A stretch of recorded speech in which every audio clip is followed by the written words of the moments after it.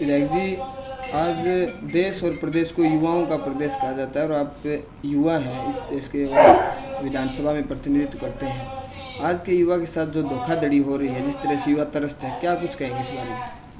मैं आपके माध्यम से बताना चाहता हूँ कि जब भाजपा सरकार ने भाजपा पार्टी ने अपना घोषणा पत्र जारी किया, उसमें युवाओं को विशेष तौर पर उसमें रखा गया था एक स्थान पर कि भाई युवाओं को देश के अंदर 2 करोड़ नौकरी हर वर्ष देने का वायदा भाजपा सरकार ने किया था। परंतु आपके सामने है, मैं मानता हूँ इन्होंने जो घोषणा में 2 करोड़ नौकरी देने की बात कही थी, ये पूरी तरह से फैल हुए।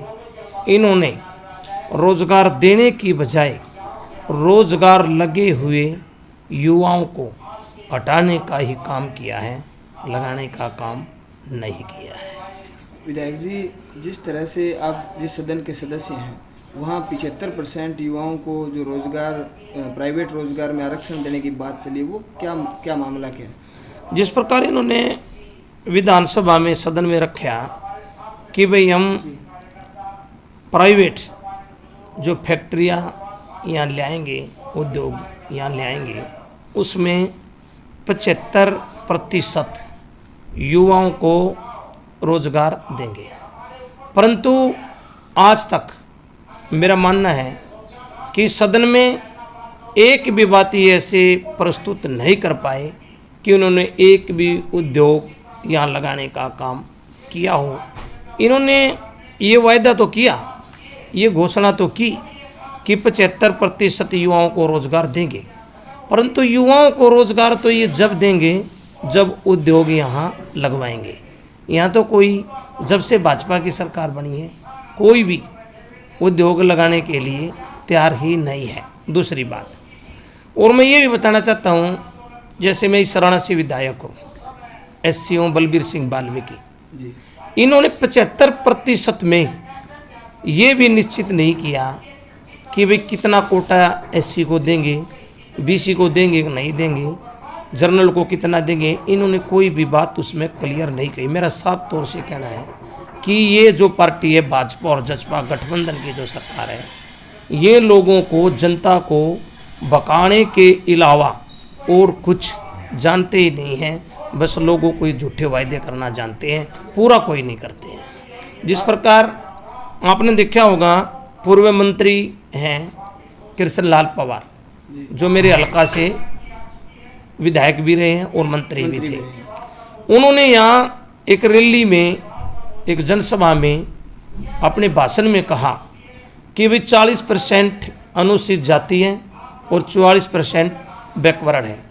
उन्होंने अपने भाषण में ये कहा कि यदि हम सारे इकट्ठे हो जाएं तो ये दूसरी जो बिरादरियां हैं ये हमारे पे चौधर नहीं कर सकती, इसलिए मैं प्रार्थना करता हूं कि भाई आप सब इकट्ठे हो जाओ। तो मैं पूर्ण रूप से कहता हूं, जिस प्रकार उस मंत्री का बयान है, कृष्णलाल पवार पूर्व मंत्री का, इसी प्रकार भाजपा के अन्य नेताओं का बयान है। इन्होंने तो केवल जाति पाति का टकराव आपस में करवाना है। ये चाहते हैं कि भाई किस प्रकार आपस में लोग टकराएं और तुम्हें राजनीतिक फायदा हो। परंतु हरियाणा की जनता समझ चुकी है, 7 साल इनको देखा है, परखा है। अब इनके बकाव में आने वाली नहीं है और आने वाले चुनाव में भाजपा और जसपा जो गठबंधन की सरकार है, इन्हें पूरी तरह से हार का मुंह देखना पड़ेगा। आप कांग्रेस के विधायक हैं और सरकार बीजेपी की है और ये कह रहे हैं कि सबका साथ सबका विकास, फिर आपके हल्के में काम कुम तो ठीक हो रहे होंगे? मेरा मानना ये है, मैं पूर्ण रूप से सत्य बता रहा हूँ आपको, कि मैंने विधानसभा में अपना एक प्रश्न लगाया था कि मुख्यमंत्री जी, आपकी जो गठबंधन की सरकार है, आपने हर जगह ये प्रचार कर रखे है कि हर हरियाणवी समान है, हरियाणा एक हरियाणवी एक, ये आपका नारा है। परंतु मैंने विधानसभा में अपने प्रश्न में पूछा कि आपने 2020 में विधानसभा सदन के अंदर आपने ये घोषणा की थी, प्रत्येक विधायक को 5 करोड़ रुपए हल्के के विकास के लिए दिए जाएंगे।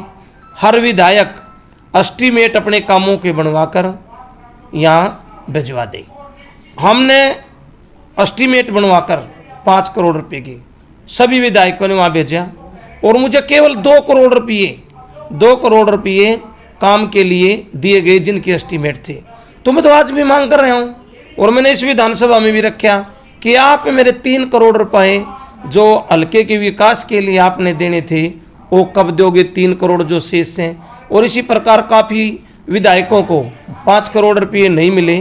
तो मैंने वहाँ स्पीकर साहब के माध्यम से सरकार से अनुरोध किया था कि आप प्रत्येक विधायक को जो आपने 5 करोड़ रुपये का वायदा किया है, आप उन सभी विधायकों को 5 करोड़ रुपये दें ताकि वो अपने हल्के में विकास करा सके और आपकी बात हरियाणा एक ये सत्य हो सके। परंतु उन्होंने आज तक गारंटी नहीं दी, इसलिए मैं मानता हूँ ये भी उनकी बात खोखली है, बिल्कुल झूठ साबित हुई है ये बात भी।